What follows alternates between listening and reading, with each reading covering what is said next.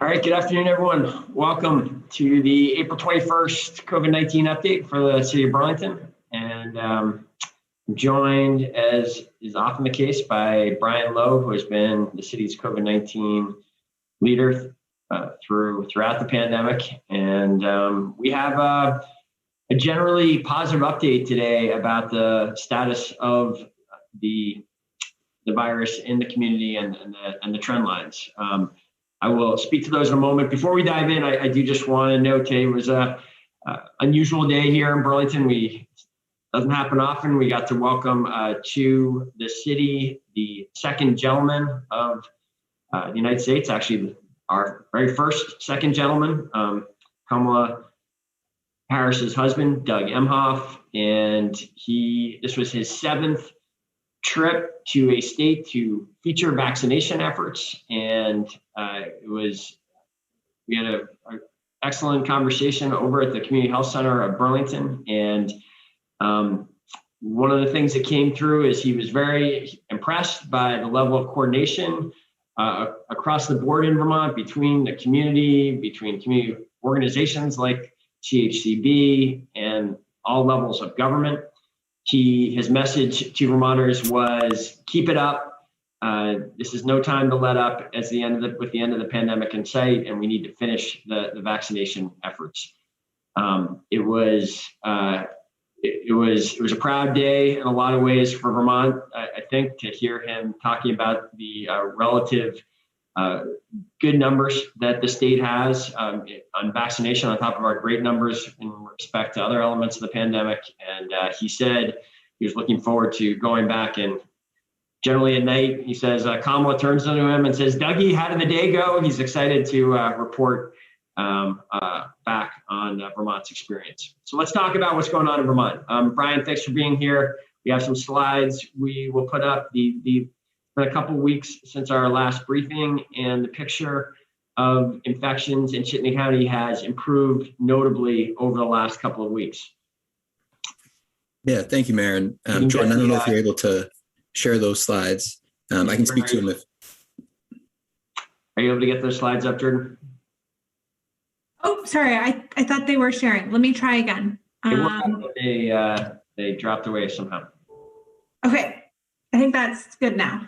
Yes, great. So there you go. There you can really see the picture since the early April, really highest level of new infections that we had seen at any point in the pandemic. Over the last 2 to 3 weeks, we have seen that picture change significantly, and there's been a fairly steep downward trend. It's not completely even. Today there were 23 cases, which is the most we've seen in a few days. But the general direction seems to be very, very positive, and it's consistent with some of our other data. Do you want to speak, Brian, to the wastewater data? Sure. Jordan, if you don't mind jumping ahead to slide 4, I can show the visual, and then we can back up a little bit. Thank you. Here you can see, and again, this is a logarithmic scale, so the y-axis is different than typical, and changes up and down are signal significant changes in viral prevalence. You can see here that the blue line representing the North Plant average has stayed at a fairly low level for a while now, really through most of March. The East Plant numbers are coming down very significantly over the last couple of weeks, and the Main Plant remains stable, albeit at a relatively high level. So there is still COVID in the community, but the general trajectory citywide is definitely down, and that matches some of the case data that the mayor was just speaking to. The wastewater readings, again, usually are predictive. They tell you the kind of volume of future cases we should expect. And so it's a really good sign to see those continuing to trend down, even as overall cases decline as well. If we could take a look at the, this slide shows hospitalizations. Interesting picture here, which is that even through that surge in cases, it's pretty clear now. One thing we've learned during COVID that is that hospitalizations can be something of a lagging indicator because new infections show up before hospitalizations and deaths. However, we can see pretty clearly now that we are headed into the latter part of April that spike of infections did not really lead to a significant increase in Chittenden County hospitalizations or ICU patients going into the ICU. And what all of this, I think, sums up to is that the vaccinations are really starting to take hold and having its broad public health impact that we expected them to. The at-risk older populations have been vaccinated largely for some time now, and that's what I think is driving the hospitalization and the hospitalization data, even with even coming out of that period of increased infections. I think you can also, one more piece of data I think we're going to pull up that shows us is the age banded data. Maybe we could advance to that, Jordan. Here we can see that what we've talked about in the last couple of briefings has continued, that new infections in populations over 30 have continued to be really quite stable or down. Most notably, the drops in the very senior populations are down quite substantially from December and January. And this is very good news in terms of deaths. You can see the ages 20 to 29 area remains elevated. Brian, you want to add anything to this? No, I think you said it well, Mayor. I think, most of the cases in Burlington, or in Chittenden County rather, are concentrated in folks under the age of 40. That makes some sense in that older folks have had access to vaccines for longer. And you're seeing that even as the total case numbers decline, the proportion of people in those different age bands is holding roughly steady. So you still have a large number, or a large percentage rather, of folks 20 to 29, and then in the kind of decades on either side of that age band. But again, like overall case numbers are coming down. The wastewater surveillance is indicative of that continuing to happen. And as the mayor said, older age groups are seeing a very low percentage of overall cases. We should note that even in the age 20 to 29 category, you can see it a bit in that graph there, and some other data points that things are improving, have been improving over the last couple of weeks within this age category as well. In the overall numbers, as we showed at the top, are down from the peak.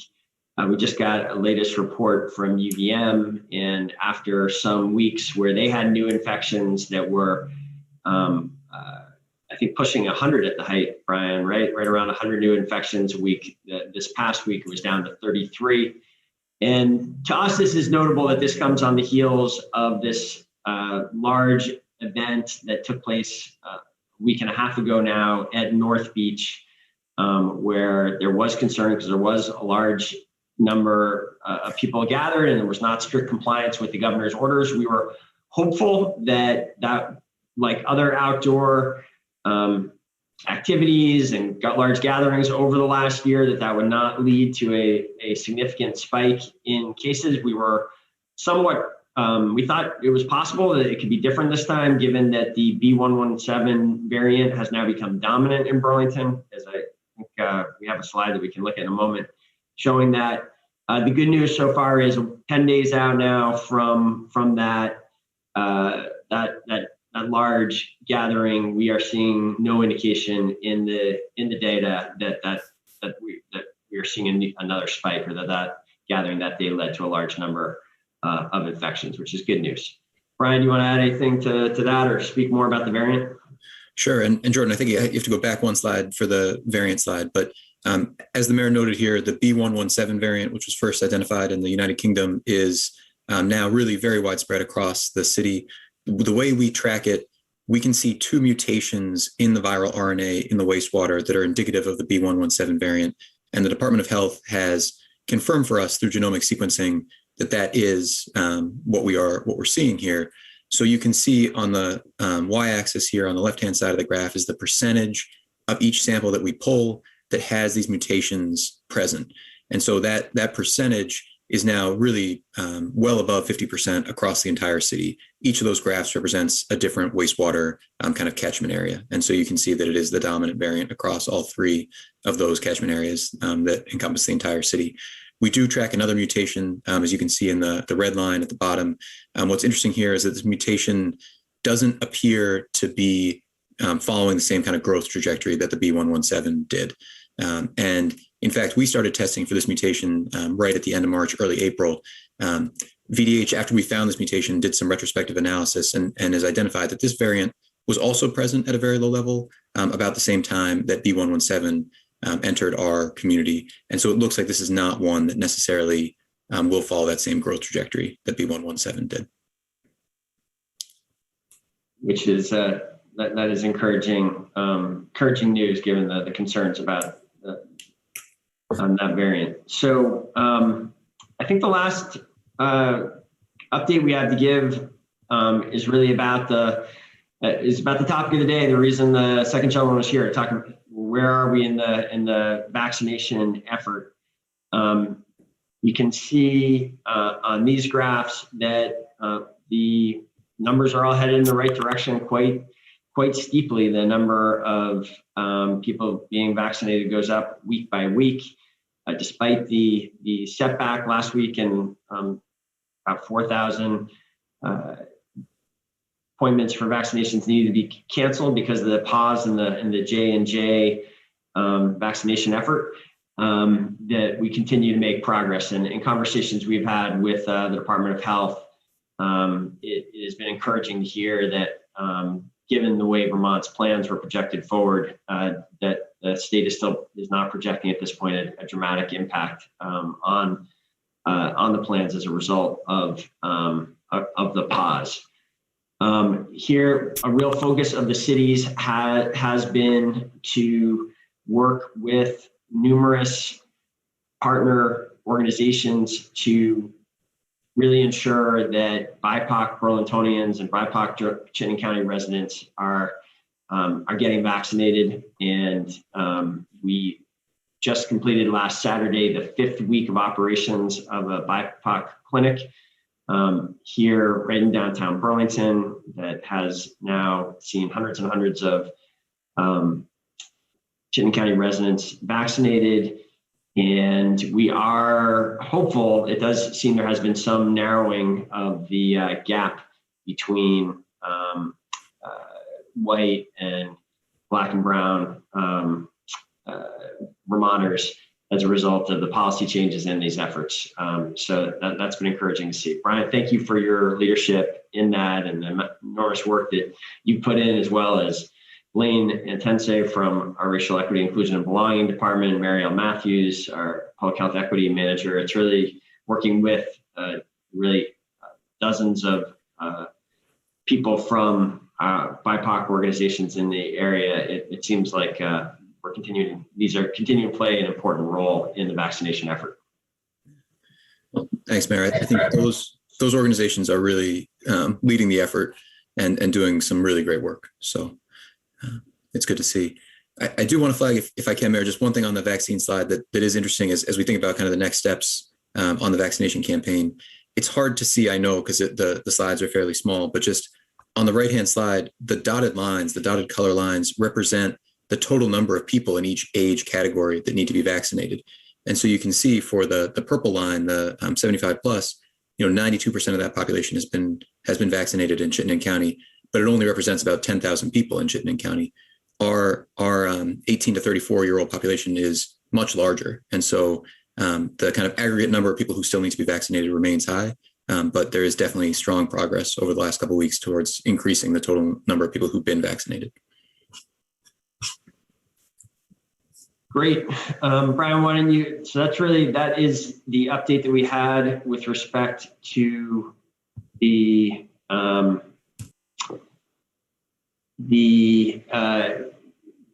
pandemic for this week, I believe. Brian, any last thoughts you want to add before we move on to a couple other topics? None from me. Thank you. Okay, great. Well, thank you, Brian.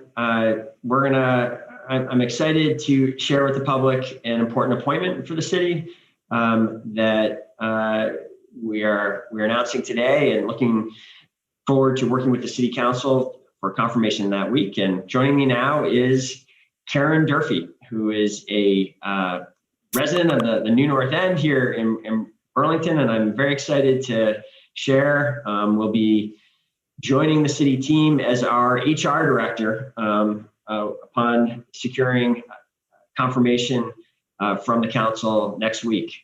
Karen, thank you for your interest in serving the city in this critical role, and welcome. Would you like to share any thoughts? Just briefly, thank you very much, Mayor Weinberger, for your confidence in me. And I'm just really looking forward to joining what I think is an already very talented HR team. The city is very fortunate to have a talented team, and I'm excited to join them. And I look forward to serving in a new role. As most folks might know, I've been serving on the police commission. I've been working on the joint committee, serving on my MPA steering committee. I love living in Burlington, and I look forward to serving in an important and elevated role. Well, we are very excited to have you join the team, Karen. Let me just share a few more things about Karen's background. She has worked in a number of key roles here in the community. She is currently serving as the director of earned revenues at the Echo Leahy Center for Lake Champlain. Previously, before joining Echo, she was the front end manager of City Market, which it's a role that I think Karen and I first met years ago as a customer member at the co-op, and was always impressed by your leadership in that organization, and excited to have your energy and commitment to the community joining the city team. And Karen did mention the community roles where she has already served, very active around public safety issues and within the neighborhoods in the Ward 4 and 7. We're excited to have you serve the community in this new role. And with that, Jordan, I think we can open up to questions from the media if there are any. Excellent. So members of the media are welcome to email me their question, or if you'd like to use the raise hand function, I can enable your microphone so that you may ask your question.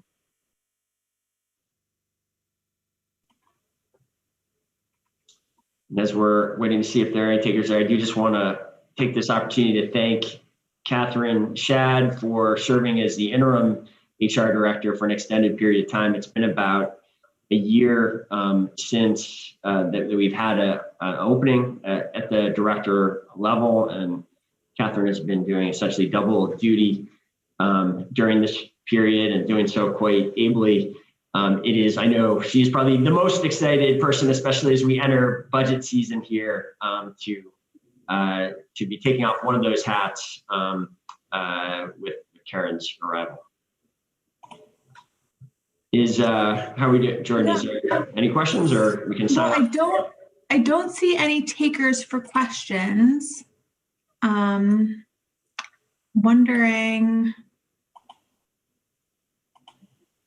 if maybe the raise hand function is not in fact enabled, and that is why folks are not able to raise their hand. Uh-huh. Oh, it looks like it is not. It is enabled. So it looks like no one from the media has questions today. All right, very good. Thanks everyone for tuning in, and Karen, again, thank you. We'll look forward to seeing you in front of the City Council Zoom on Monday, and we'll see everyone again soon. Take care, everybody. Thank you.